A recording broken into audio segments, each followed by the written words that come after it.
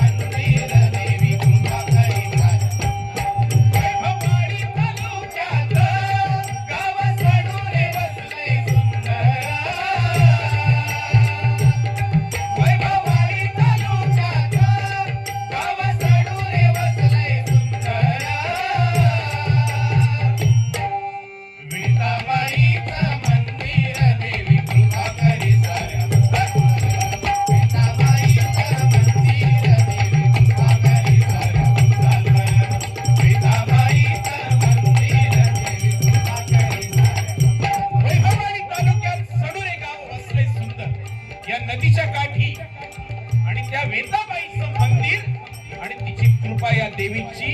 साऱ्या भक्तांवर कशी आहे या गजराच्या माध्यमातून मांडलं आहे का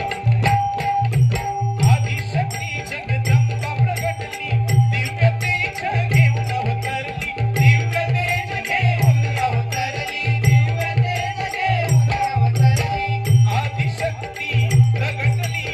आदिशक्ती जगदंबा प्रगटली दिव्य तेज घेऊन अवतरली दिव्य तेज घेऊन अवतरली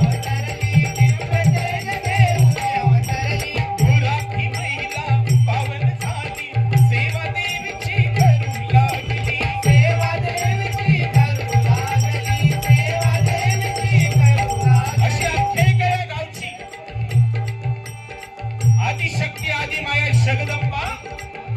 डोंगर दरीमध्ये प्रगट झाली पण ती कळली कोणाला या गावची गुराखी महिला आपण गुराखी बोलतो ना ती नेहमी ढोरं चारायला गुरं चारायला रानामध्ये डोंगरामध्ये जायची आणि त्या देवीचं दिव्य तेज त्या महिलेच्या पवित्र त्या पुण्यवान महिलेच्या नजरेस पडली आणि त्या दिव्य तेजाच्या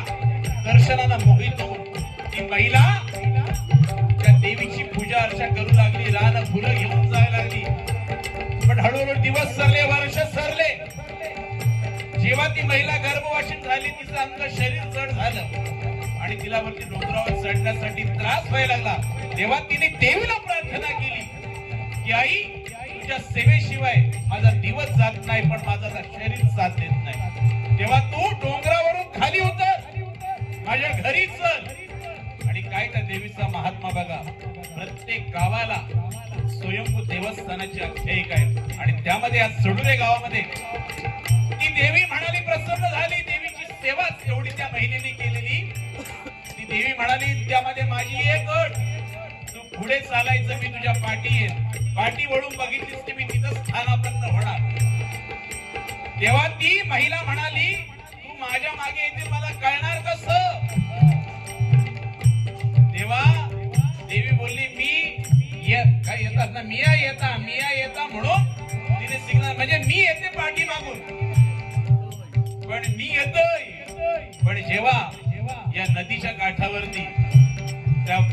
नदीच्या पाण्यातून प्रवाह एवढा होता तेव्हा त्या महिलेला वाटलं की देवी माझ्या मागे नाहीये आणि तिने पाठी वळून बघितलं तेव्हा देवी या स्थानावरती स्वयंभू स्थानावरती प्रगट झाली आणि तिथून त्या देवीची सेवा यथासा हे सडुरे ग्रामस्थांच्या वतीने होते आणि आज हे भव्य दिव्य मंदिर उभारलेलं आहे. आज पौष महिन्यामध्ये मंगळवारी 14 मंगळवार देवीचा जत्रोत्सव मोठ्या थाटामाटात साजरा होतोय आणि त्या देवीच्या महोत्सवासाठी माहेर वाचणी देवीची खणा नारळाची ओटी भरण्यासाठी येत आहेत. लेकी सुना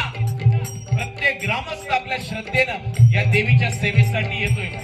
अहो मंदिर कसं असायला पाहिजे? भलं मोठं मंदिर अगदी नयनरम्य असायला पाहिजे असं नाही. त्या मंदिरामध्ये देवीची सेवा तुम्ही कशी करताय हे जास्त महत्वाचं आहे. बरोबर की नाही? नाहीतर मोठमोठे मंदिर आहेत आणि देवीच्या सेवेला दादा पुजारी नसतो असे महाराष्ट्रात अनेक मंदिर आहेत. पवित्र स्थानी येऊन कशी स्थानापन्न झाले आहे का?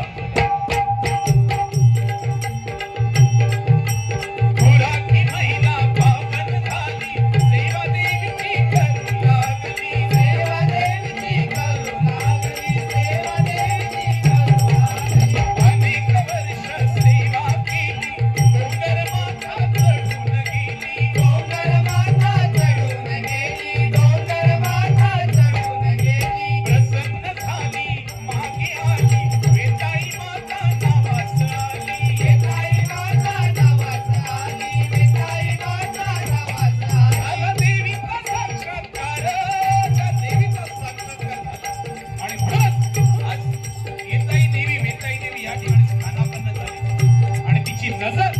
साऱ्या भक्तांवरती आहे. प्रत्येकाचं दुःखाच्या कार्यामध्ये प्रत्येकाचं अरिष्ट दूर करणारी, प्रत्येकाला संकटापासून दूर करणारी अशी वेताई देवी तिचा साक्षात्कार तुम्हा आम्हाला सगळ्यांना झालेला आहे. म्हणून सांगताय का झाला देवीचा साक्षात्कार, झाला देवीचा साक्षात्कार, गाव सोडून लीन होई चरणावर. वेताई